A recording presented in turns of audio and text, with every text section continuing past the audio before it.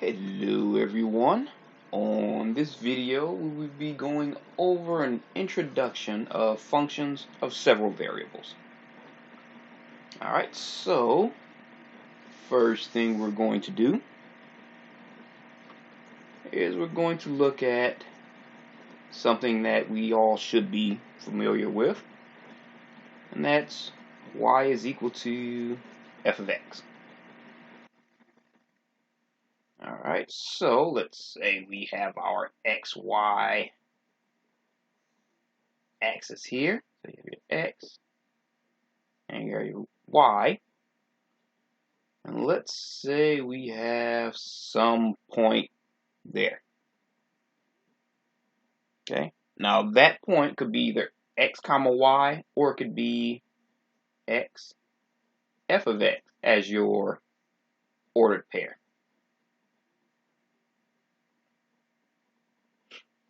Okay. So this, in this case, f is a function of a single independent variable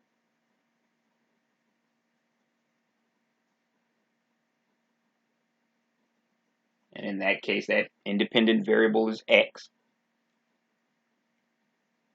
and a dependent variable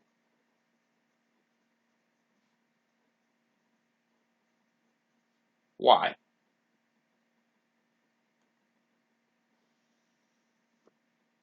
Okay. Now in this one, you go all the way out to your x value, and then you go up to your y value, or your f of x. Now in 3 dimensions, it's pretty much the same idea with a slight difference. Okay. Now in 3 dimensions, you have z equals f of xy.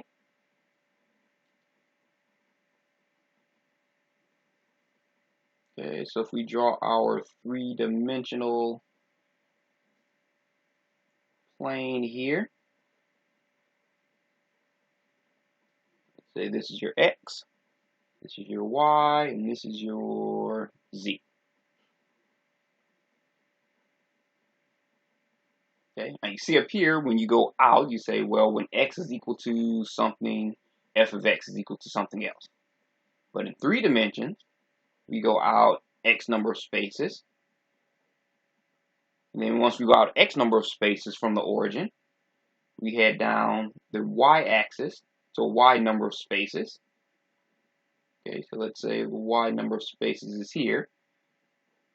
Okay, so now remember, this is just our xy axis. We're like right on the floor. You kind of picture the corner of a room, and that's going up the wall.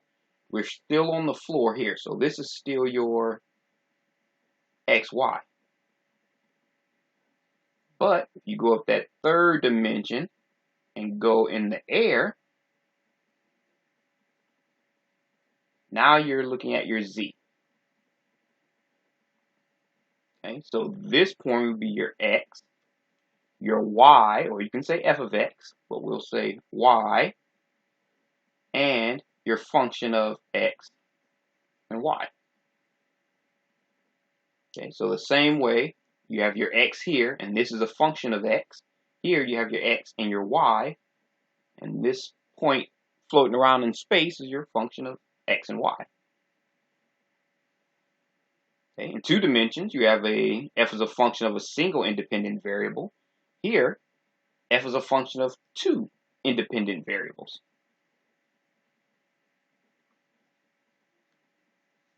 F is a function of 2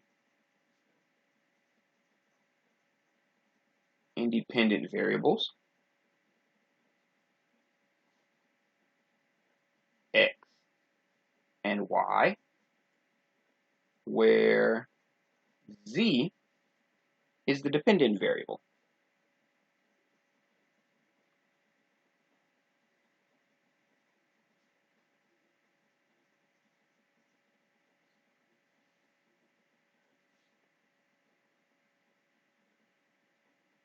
right, now quick note on how these are actually denoted. Okay, so when you have just an independent variable x, so in other words, just a straight line, then that's one dimension. But if you have, like we have up here, x and y, or x and f of x, those are your two dimensions. And if you have your x, f of x, and f of xy, now we're getting to our third dimension. And of course, if you wanted to, you could go even further. You have x, f of x, f of xy, and in some cases you'll see fourth dimensions where they will say f of x, y, t, or they may use z, but in a lot of cases they use t, but we'll use z. And that will be your fourth dimension, and they can keep on going and going and going. Okay, so we may not be able to reach 5 dimensions, but we can calculate 5 dimensions if we want to. All right. Okay, so if you are still writing, feel free to press pause, but we're going to go ahead and go to our first example.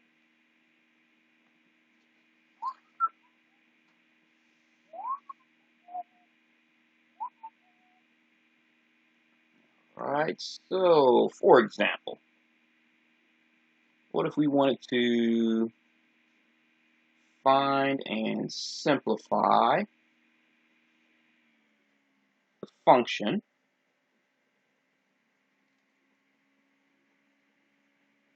f of xy equals x times sine of y for, let's say for the a part of this problem, let's say 2 power over 4. For the b part of the problem, let's say that's 3, 1.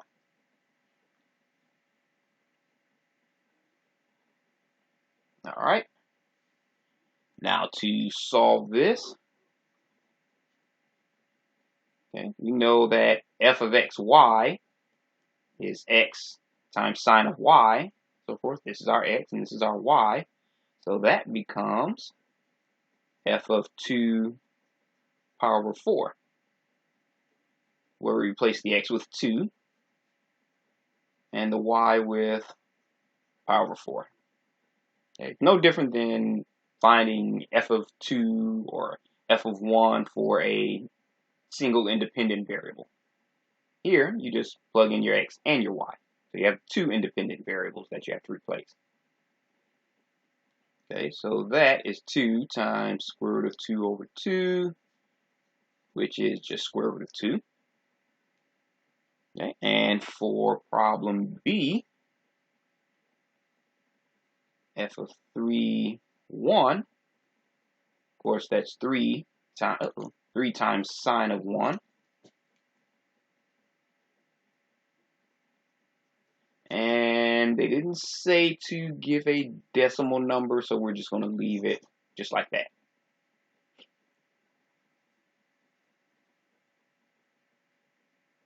All right. Okay, so let's do another example. Okay, so let's say, for example, we wanted to find and simplify the function f of x, y equals x squared minus 2y for f of x plus delta x, forgot my comma y minus f of x y all over delta x.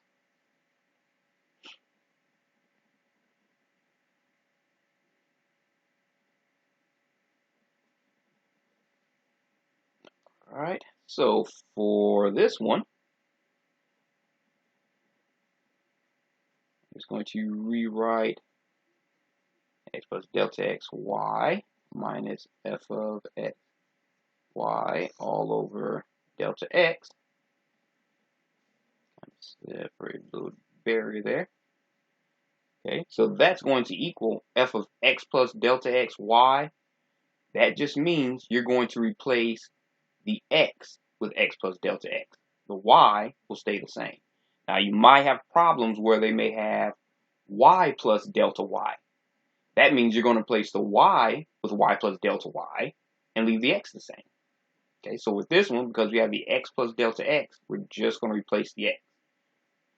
So we have x plus delta x squared minus 2y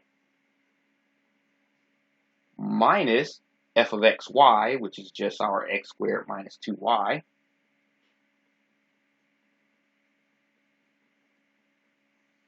all over delta x. All right, so if we go ahead and expand this and FOIL it out, move this down to this side, we end up with x squared plus 2 delta x plus delta x squared, just for that part, minus 2y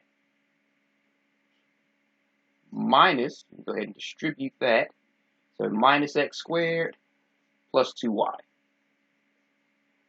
all over, well, really didn't have to put that bracket there, all over delta x. All right, now if you did everything correctly, things should start canceling out. That x squared cancels out with that x squared. That minus 2y cancels out with it plus 2y. Okay, so the only thing you have left is 2 delta x plus delta x squared all over delta x. Okay, so if we factor a delta x out of both of those in the numerator, we have delta x times 2 plus delta x all over delta x, where those two will cancel out, which leaves us with 2 plus delta x. Of course, that's assuming that delta x does not equal 0. All right. So if you are still writing, feel free to press pause. But we're going to go ahead and go to our next example.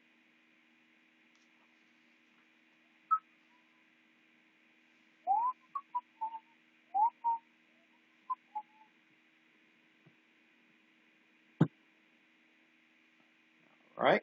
So for this example, what if we wanted to find the domain and range of, let's say, problem A, we'll use a regular single variable square root of x plus 2. And for problem B, say we complicate it a little bit and say 4 minus x squared minus y squared. And let's say for problem C, we say 1 over the square root of 4 minus x squared minus y squared, just to mix it up a little bit.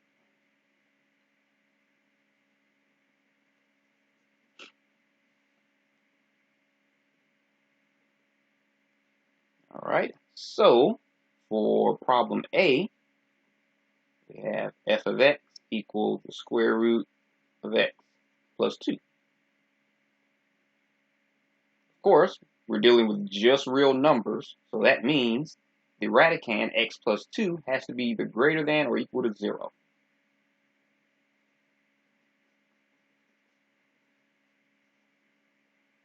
Or that means x has to be greater than or equal to, if we subtract 2 from both sides, -2. Okay, so your domain, which are all possible values of x, is from -2 to infinity.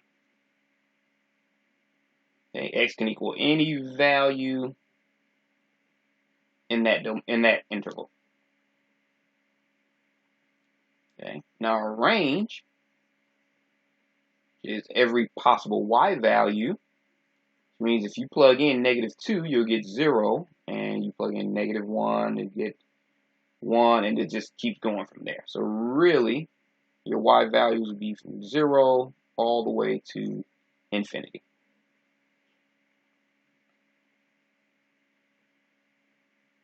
All right. Let's look at problem B.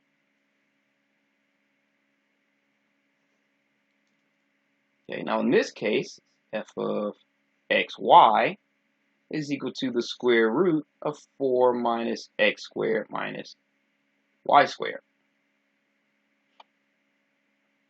Okay, once again, the radicand can be anything bigger than 0. It just can be 0 or any positive number, because we're not dealing with complex numbers.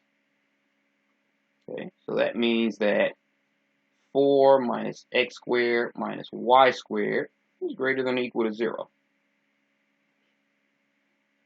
Or if you want to rewrite it, you can add x squared to both sides and y squared to both sides. I'm just going to flip it around. Say x squared plus y squared is less than or equal to 4. Or you can rewrite it as x squared plus y squared is less than or equal to 2 squared.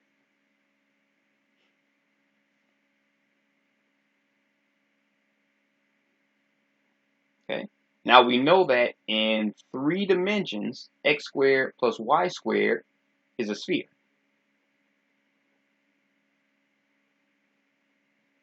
Okay. And we know that that sphere has a radius of 2 if it's x squared plus y squared equals 2 squared. Okay. Since x squared plus y squared equals 2 squared is a sphere with a radius of 2, that means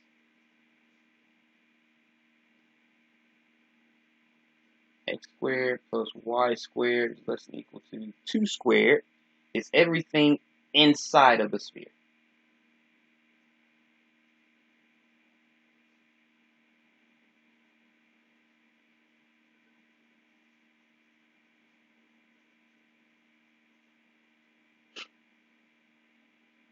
Okay, so actually your domain is really just every combination of x and y that would be less than 4.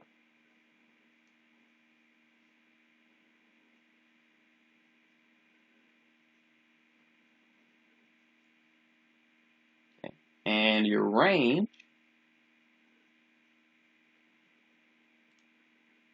is just really value of z equals 2. Because remember, your radius, or for the case of z, the magnitude of your vector, or your radius rather, is 2. And of course, because it's x minus 0 squared, x plus 0 squared is centered at the origin, so you know you're going to go out to 2. And because of the square root, it has to be positive. If it wasn't for the square root, it could go positive or negative.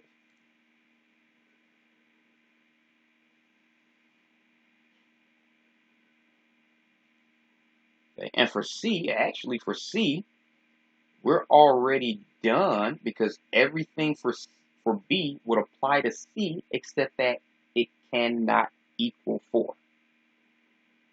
Because remember, here you can have a square root of 0 and everything's okay. But if you have a square root of 0 here, then you have a denominator of 0, and we all know that can't happen. Alright, so this one, your domain is just x squared plus y squared is less than 4. We already kind of solved everything here.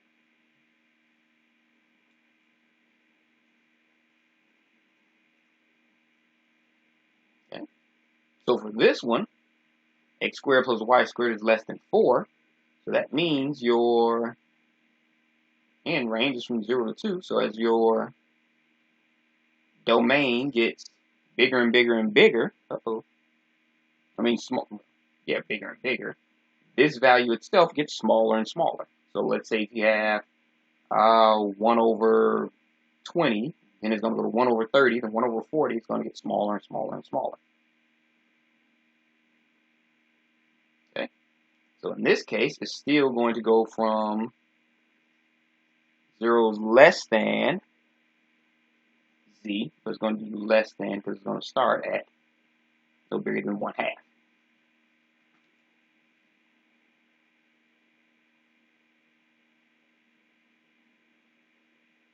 All right. Okay, so if you are still writing, feel free to press pause. But we're going to go ahead and go to our next example.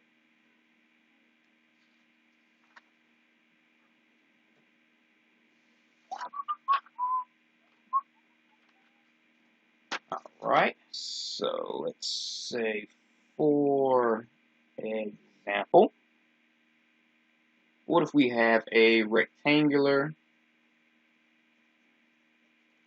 box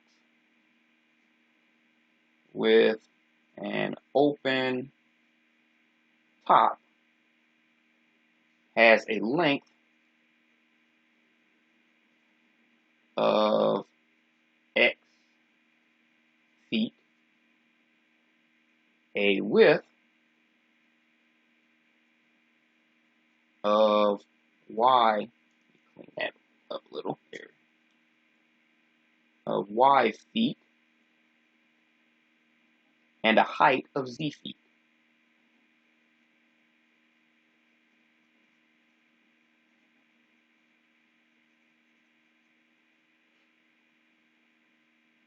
Okay. Now what if we wanted to express the cost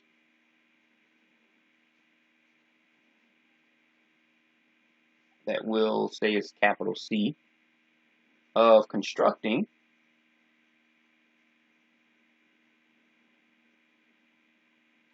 the box as a function of x, y, and z?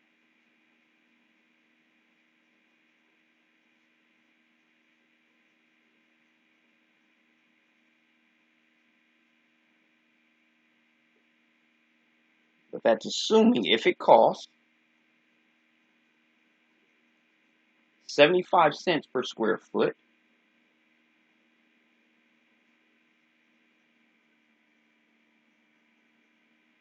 to build the base of the box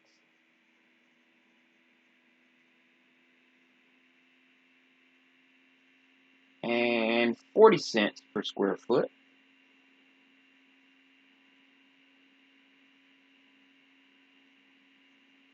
to build the sides.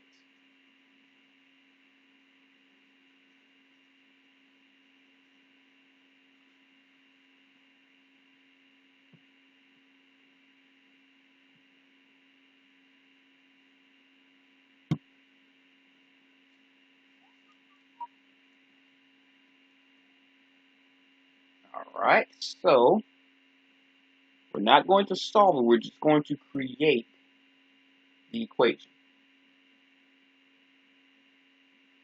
All right.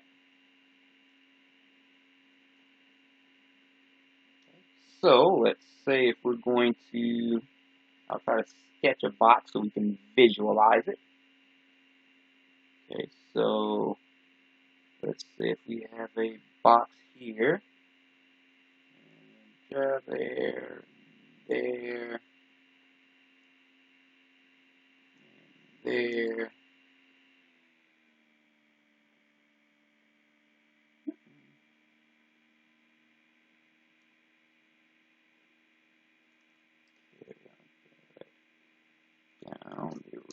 that.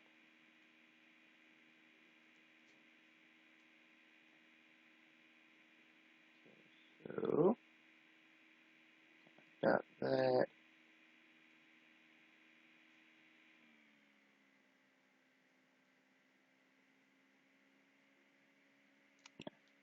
Straighten it up just a little bit, but hopefully you get the idea.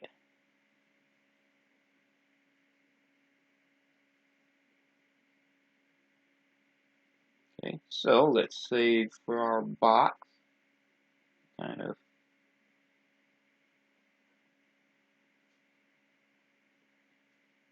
there we go. Okay, so we have our box. So let's say, what do they say? That our length is X. So that's our length. Our width is Y. So how wide it is Y. And our height is Z. So we'll say our height is Z, and we'll put another Z over here just to show that the height is Z. Okay, so that's our box with the length, width, and height. Okay, so we want to figure out an equation for the cost. Okay, so in other words, the cost, let me move this over just a little bit more, make sure I don't run out of space at the end, like I'm known to do. Cost is equal to however much it costs to make the base, plus however the amount it is for the front and the back, plus however much it is to create both sides.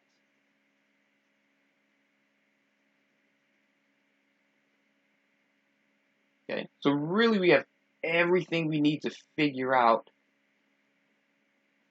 this equation. So our cost is going to equal, okay, we know that the base is 75 cents per square foot. Okay, so that's our base there. Okay, but we see that the base is actually, you remember,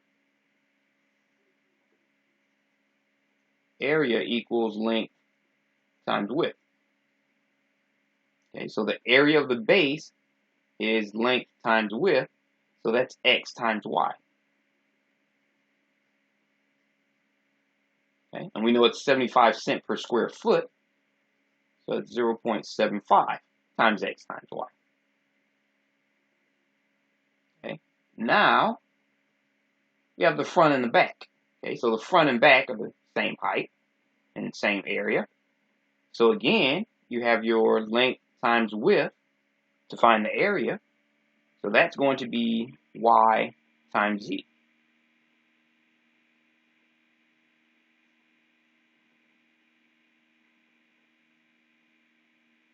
Okay. Now we know that the front and back, or build the sides, or the front and back, is 40 cents per square foot. Okay, so that's 0.40 times X times Y. But that's just for one. We have to do two. So we can multiply that times 2.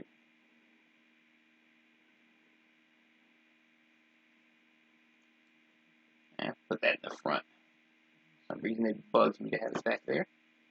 So I'll say plus 2. There we go. Okay, plus, now we have to do the sides. Okay, so we have the front, back, and the sides. They're all 40 cents per square foot. Okay, now do the left and the right. The area of that is X times Z.